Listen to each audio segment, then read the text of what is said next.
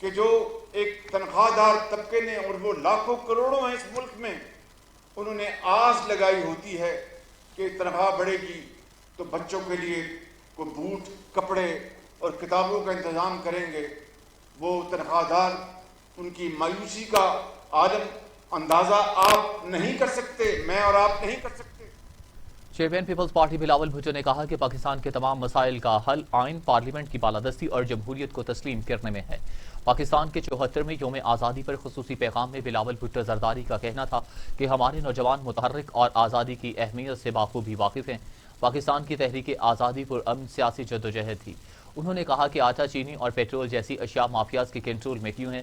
نظریہ ضرورت اور آمریت ہر چند سالوں بعد کیوں سر اٹھا کے سامنے آتے رہتے ہیں؟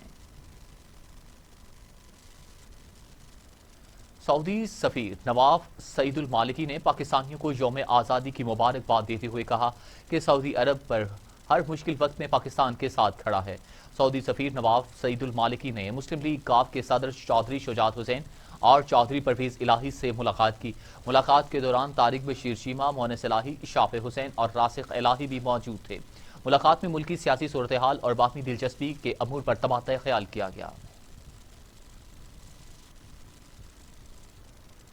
خبروں کے سلسلے کو آگے بڑھاتے ہوئے مزید خبریں بھی شامل کرتے ہیں۔ آپ کو بتائیں کہ وزیر اعلیٰ پنجاب عثمان بزدار نے کہا کہ سعودی عرب کے سرمایہ کاروں کو ون ونڈو آپریشن کے تحت سہولتیں دیں گے۔ پنجاب میں اسپیشل اکنامک زونز کا قیام عمل میں لایا جا رہا ہے۔ وزیر اعلیٰ پنجاب عثمان بزدار سے سعودی عرب کے سفیر نواف بن سعید احمد المالکی نے ملاقات کی۔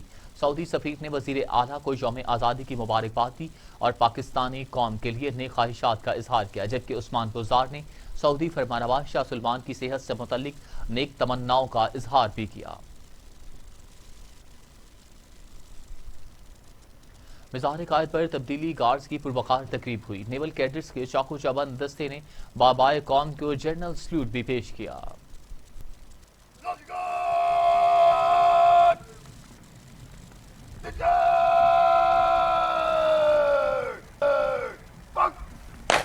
کراچی میں بانی پاکستان قائد اعظم محمد علی جناح کے مزار پر پاکستان نیول اکیڈمی کے کیڈٹس نے اعزازی گارڈ کے فرائض سنبھالے۔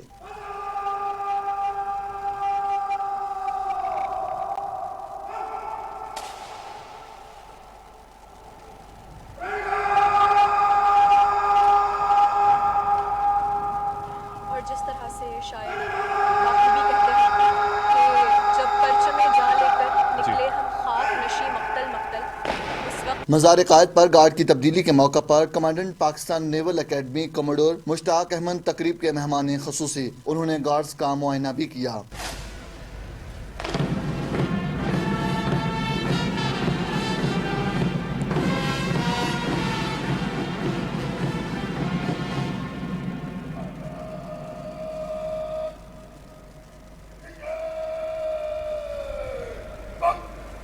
وزیر اعلیٰ سندھ مراد علی شاہ اور گورنر سندھ عمران اسماعیل بھی مزار قائد پہنچے۔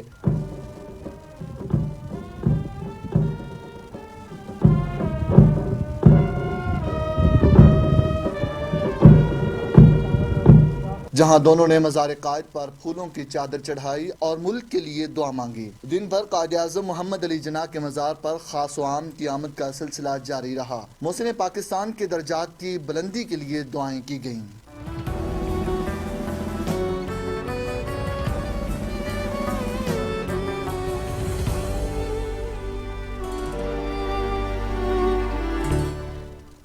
لاہور میں حکیم الامت علامہ محمد اقبال کے مزار پر گارڈز کی تبدیلی کی پروقار تقریب۔ ملک بھر کی طرح مزار اقبال کی فضا بھی تحریک آزادی پاکستان کی یادوں اور قوم کے روشن مستقبل کی نوید سے کھل اٹھی۔ لاہور سے شعیب ہاشمی کی رپورٹ دیکھیے۔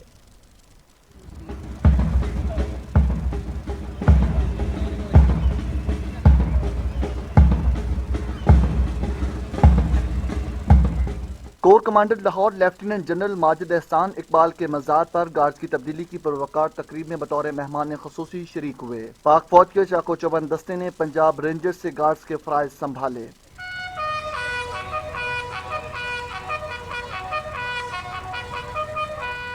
حرمت مادر وطن پر نثار ہونے کا جذبہ، پاک فوج کے جوانوں کا سینہ، ان کی نگاہ میں قوم کے درخشاں مستقبل کا ناز اور اقبال کے شہین سی لپک ان کے بدن کا لہو۔